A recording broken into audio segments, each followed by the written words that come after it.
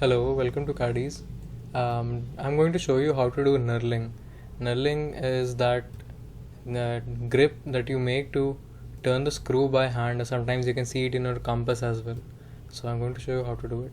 First, for demonstration, I have made this sort of a thumbtack sort of a thing. You can use this technique wherever you want to. So first, go to the face where you want the knurling to start and go to sketch. Then click on the face and convert entities. So you have the circle there. Now go to features and go to curves and helix and spiral. So here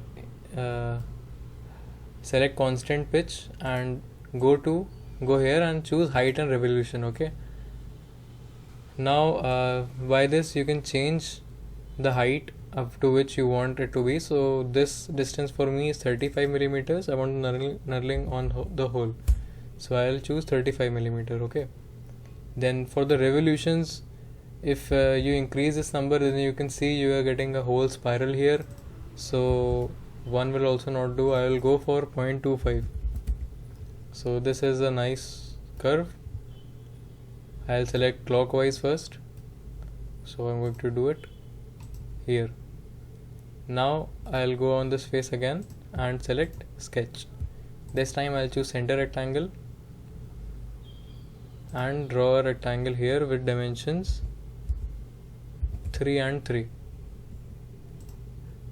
Now I'm going to choose the center of this rectangle and I'll choose the spiral line and give relation pierce. So now you can see the rectangle is fully defined.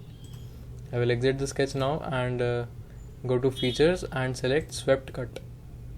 So for this profile I'll select the rectangle that I made, and for the path I'll select the spiral. So you can see the preview here. It will look like this. Now I'll hide this sketch and now I'll go to circular pattern. For features I will select this swept cut and then I'll go to direction and select this. Now I'll just choose 10. You can increase that 15 or, but I like to go with 10.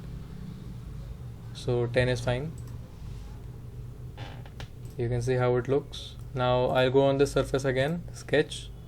Again I'll make a circle of the same size. Now I'll go to features, curves, helix and spiral. Now you can see I get this sketch again, but I will just change this direction from clockwise to counterclockwise. Now everything else is same. Just click OK. Also I don't have to make that rectangle again. I will just open this cut sweep and I'll show the sketch. Now I'll again go to features, swept cut. For profiles I will select this rectangle, and for path I will select this new helix. I'll click OK, and now again I'll hide this and also hide this sketch. Again go to circular pattern, under features, now select this new swept cut, and for direction choose this again 10 instances. Okay, so you can see you have the knurling pattern here. It looks nice. Now you know how to do it. You can change the values or the shape, anything you like, according to your needs. So okay, thank you for watching.